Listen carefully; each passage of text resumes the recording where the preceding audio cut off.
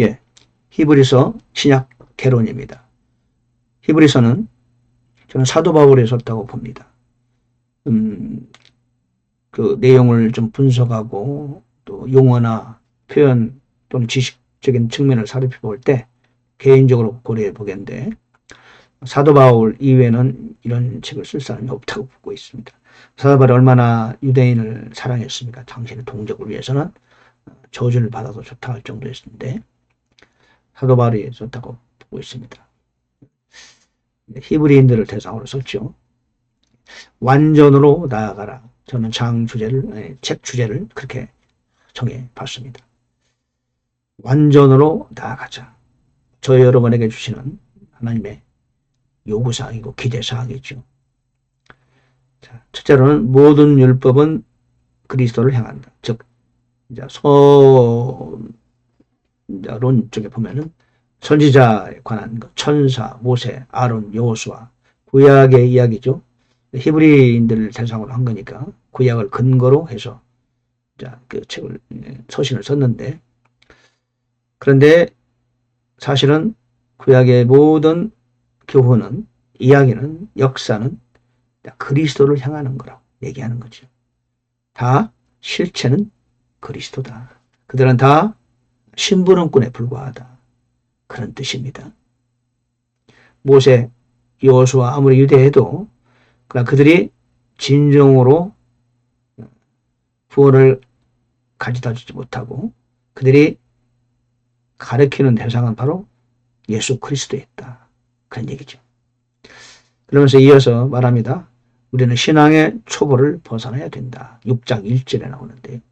그러므로 우리가 그리스도의 교리의 기초 원리들을 떠나 완전함으로 나아가서 책 주제와 비슷한 얘기죠. 완전함으로 나아가라. 그렇죠? 기초 원리를 떠나라. 신앙의 초보를 벗어나라. 오늘날 이 시대 교회가 너무나 이렇게 참 성장이 더딘 경우가 많아요. 초보를 벗어나지 못하는 대부분의 그리스도인이 너무 많죠. 그러면 많이 아쉬워요. 왜 그런지는 모르겠어요. 시대가 그런 양상을 띠고 있는 거죠. 주님 오실 때 가까이 있다 보니까 성장이나 성숙보다는 우선 눈에 보이는 복을 추구하고 안일함을 추구하는 그런 언제부터 이제 교회가 그런 세속주의가 교회에 깊이 물들었어요. 하나님의 성품을 추구하고 경건을 추구하는 그리스도의 완전을 추구하는 이런 교리가 많이 약화된 건 사실이죠. 오늘 보니까 신앙의 초보를 벗어나라. 기초를 다시 놓지 말자. 그런 얘기를 합니다. 히브리서에는 난제가 몇 개 있어요. 2개의 난제가. 첫째는 멜기세덱에 관한 이야기입니다. 도대체 멜기세덱이 누구죠? 부모도 없고 뭐 이런 얘기 하잖아요. 아버지도 없고 혈통도 없고 날들의 시작도 없다. 그렇다면 도대체 누구냐? 셈일 것이다. 왜냐하면 당시에 셈이 아직 살아있었거든요. 노아의 아들 셈이. 아브라함 때. 근데 셈은 아버지도 있고 혈통도 있잖아요. 그럼 누굴까? 결국은 뭐 우리가 생각하기에는 예수 그리스도가 육체를 입고 당시 오신 것이다. 그렇게밖에는 달리 생각할 수가 없죠.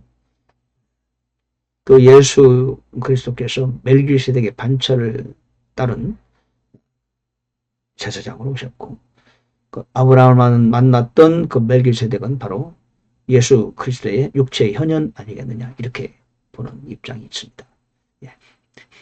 11장에는 믿음이 곧 실체요 증거다. 중요한 그 주제가 히브리서 11장에 있죠. 믿음이 곧 실체요. 믿음이 곧 증거다. 우리 참 과학과 이성의 측면에서는 도저히 용인될 수 없는 이론이죠. 어째서 믿음이 실체고 어째서 믿음이 증거입니까? 눈에 보이지 않는 건데. 그러나 믿음으로 살아가는 저와 여러분들 세계에서는 하나님의 이성, 하나님의 과학에서는 그게 옳은 말이에요. 믿음이 실체요. 믿음이 또한 증거가 되는 것이죠. 그리고 여기 히브리서 10장 38절에는 나의 의는 믿음으로 산다. 그 말을 하박국 2장 4절의 말씀에 다시 한번 인용을 했죠. 믿음으로 살았다. 인용했어요. 신약에서 3번이나 인용했는데. 그리고 한마디 더 말씀드리면은, 여기 이제 히브리서에는 난제가 하나 더 있어요. 6장 1절에서 만일 하나님의 말씀과 오는 세상의 권능을 바꾼 자들이 만일 떨어져 나가면 다시 그들을 새롭게 하여 회개에 이르게 함이 불가능하다. 그런 말씀. 이게 도대체 뭐냐? 구원받은 사람이 떨어져 나갈 수 있다는 뜻이냐? 논란이 되는 구절이죠. 저는 그렇게 보지 않고요. 이거는 믿는 자가 만약에 그런 일이 되면은 회개함이 불가능하다.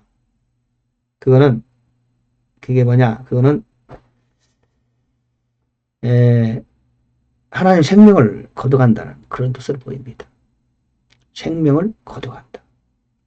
고전 11장 30절에 보면은 너희 중에 병든 자가 있고 잠자는 자도 있다. 이렇게 말했는데 죄를 너무 심하게 지면은 이렇게 돌이켜지기가 어려운 경우가 있습니다. 그럴 땐 하나님께서는 생명을 거둬간다. 그런 거죠. 왜? 더 이상 죄를 지면 안 되니까. 기회를 계속 주셔도 회개하지 못하면은 하나님께서는 그의 생명을 거둬가시는 거죠. 그렇게 저는 보고 있는 겁니다. 회개에 이르게 해서 다시 새롭게 하는 것은 불가능하다.